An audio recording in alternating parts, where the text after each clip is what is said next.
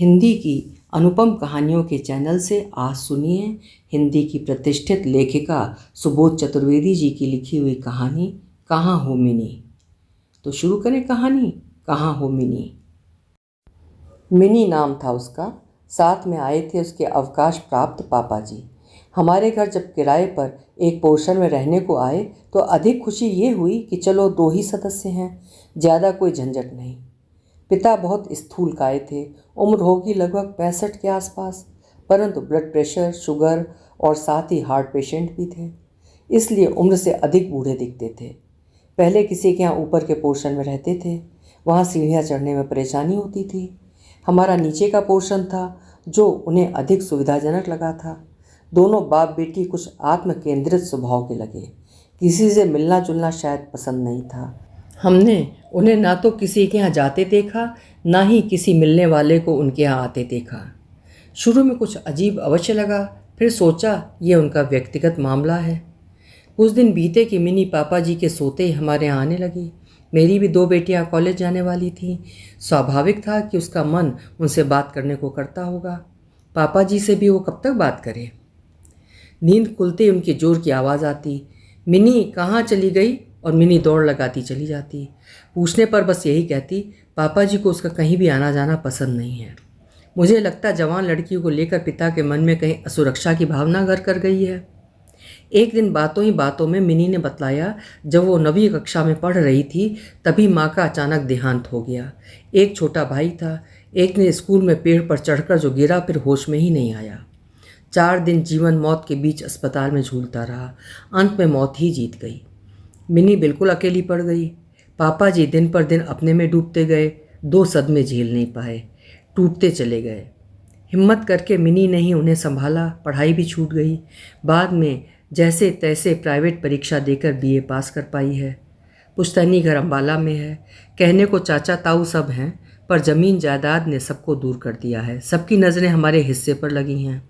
लड़ने झगड़ने की हिम्मत, कोर्ट कचहरी करने की ताकत ना पापा जी में है ना मुझ में, इसलिए सब कुछ छोड़कर परदेश में पड़े हैं। मिनी की दास्तान सुनकर मन भर आया।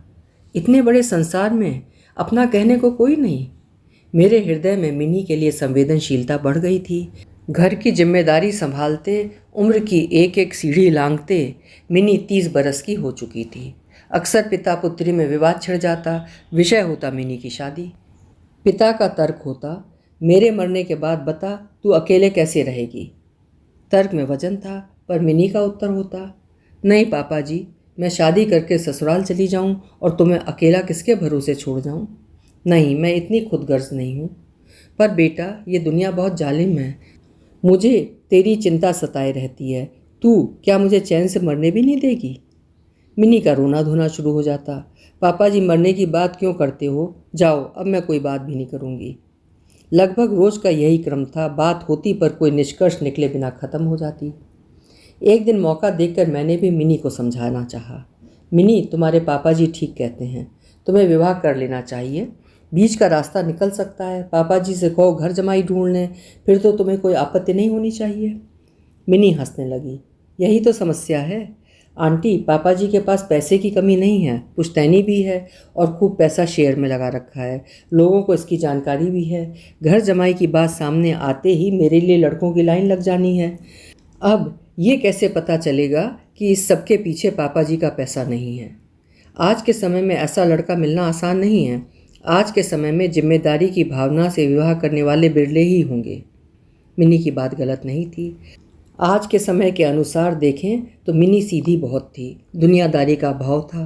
पैसे के मामले में कोई भी उसे मूर्ख बना सकता था।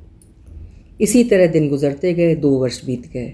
समय अपनी रफ्तार से चलता रहा, पर अचानक एक दिन मिनी के पापा जी को दिल का दौरा पड़ा।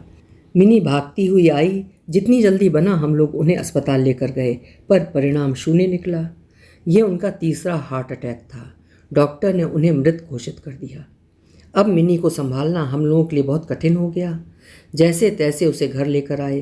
पापा जी को लाने का जिम्मा मेरे पति और 2 पड़ोसियों ने संभाला। मैंने बहुत मुश्किल से मिनी के रिश्तेदारों का नंबर मांगा, क्योंकि बिना उनके दाह संस्कार संभव नहीं था। अंत में मिनी ने अपनी बुआ और मामा का नंबर बतलाया।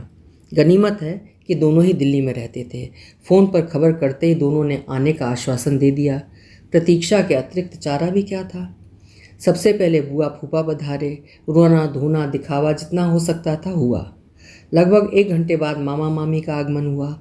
संस्कार की तैयारी शुरू हुई। शव यात्रा के साथ औरतों को जाते देख मेरे आश्चर्य की सीमा नहीं रही, क्योंकि हम लोगों में औरतें नहीं जाती हैं, पर शायद उनके यहाँ रिवाज रहा होगा।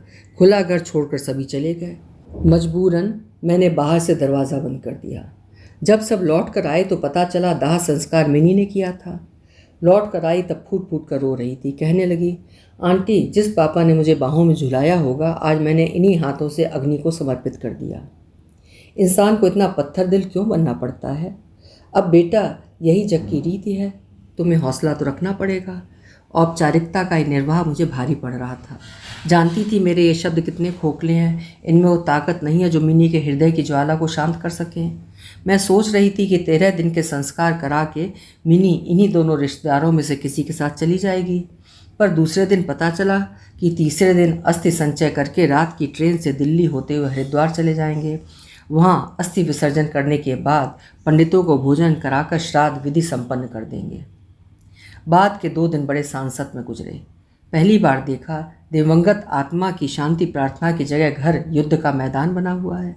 बुआ और मामी दोनों ही अपने अपने स्तर पर मिनी के प्रति प्यार प्रदर्शित करके उसे बरगलाने में लगी हुई हैं। जैसे ही कोई एक नहाने धोने के लिए बाथरूम में जाती, दूसरी को सुनहरा मौका मिल जाता। तरह तरह से समझाया जाता कि मिनी का भविष्य बस इन्हीं के हाथों में सुरक्षित है। मकसद दोनों का एक ही था, मिनी की बेशुमार दौलत। बहुत अच्छे घर में विवाह कर देने के सुनहले सपने दिखलाए जाते। मिनी के चारों सुनहरा जाल कस चुका था। अब तो मैदान में अपनी अपनी पत्नी के पक्ष में फूफा जी और मामा जी भी कूद पड़े थे। बेचारी मिनी हताश पितृ शोक में डूबी, कोई भी निर्णय लेने में असमर्थ। मेरे पास दौड़ लगा देती, आंटी आप ही बतलाएं, मैं आखिर किसके साथ जाऊं? मैं जानती हूँ दोनों को मेरी ज़रूरत नहीं, पर मेरे पैसे की ज़रूरत है। मैं भी हैरान थी इन रिश्तों में छिपी खुदगर्जी को देखकर। इन 2 वर्षों के दौरान मैंने इनमें से किसी को भी आते नहीं देखा था। मेरे पास मिनी के प्रश्न का क्या जवाब हो सकता था? उसकी समस्या जहाँ की तहाँ थी। सर्दियों के दिन थे, छत पर धूप लेने जाती तो मेरे पीछे पीछे मामी चली आती। मुट्ठी में काजू बादाम दबाए खाते खाते मुझसे आग्रह करती मिनी को समझाने के लिए, जैसे मेरा निर्णय ही मिनी को मान्य होगा। मैं अपनी सीमाएं पहचानती थी। मेरा मन करता कह दूं, मिनी तुम्हें कहीं जाने की ज़रूरत नहीं है, इसे अपना ही घर समझो। आज से मैं सोच लूँगी मेरी 2 नहीं 3 बेटियां हैं। पर मन जो सोचता है वो सब जुबान से कहाँ कहा जाता है। मैं किस हक से मिनी से कह सकती थी? हक तो उन 2 रिश्तों का था जो मिनी को मान्य नहीं था। खाना बन जाता, मिनी को खाने के लिए कहा जाता, पर दुख में डूबी मिनी के गले के नीचे कौर भी नहीं उतरता। दूसरी ओर वो चारों सदस्य मज़े से खा रहे थे, पी रहे थे, टीवी देख रहे थे। अब मुझे लगता था मिनी के पापा दूरदर्शी थे, पहले से जानते होंगे। उनके बाद मिनी के साथ यही सब होगा, तभी विवाह के लिए आए दिन दबाव डालते रहते थे। पर नासमझ मिनी ने उनकी बात नहीं मानी। कम से कम आज जो स्थित है वो तो नहीं होती, उसका अपना घर परिवार होता। इन 2 दिनों में मामी और बुआ ने ना जाने कितने रिश्ते उसके सामने रख दिए, बिना ये सोचे कि वो किस मानसिक दौर से गुजर रही है। अंत में बुआ ने हथियार डाल दिए। मामी का पलड़ा भारी रहा, उनके साथ मिनी का जाना तय हो गया। तीसरे दिन सुबह अस्थि संचय होने के तुरंत बाद बुआ फूफा अपना सामान उठाकर चलते बने। चलते समय भी काफ़ी झगड़े की आवाज़ें आती रहीं। मामा ने ट्रक की व्यवस्था कर ली थी। दिन भर में पूरा सामान लोड हो गया। शाम को मामा मामी कार से मिनी को लेकर चलते बने। चलते समय मिनी मुझसे लिपट कर फूट फूट कर रो रही थी। उसकी वो कातर हिरनी सी आँखें मुझे आज भी नहीं भूलती। देखकर लग रहा था जैसे कोई शिकारी हिरनी को दबोचे लिए जा रहा हो। मामा ने अपना कोई फ़ोन नंबर दिया, ना ही कोई पता। जब भी दिल्ली जाती हूँ बरबस मिनी याद आती है। वादे के मुताबिक मामी ने उसका विवाह किया या नहीं, जानने का मेरे पास कोई उपाय नहीं है। मिनी के जाने के बाद 1-2 साल तक शेयर्स के चेक आते रहे, जिन्हें मजबूरन हम लोग वापस करते रहे। पता नहीं मिनी तुम कहाँ हो, जहाँ भी रहो भगवान तुम्हें खुश रखे।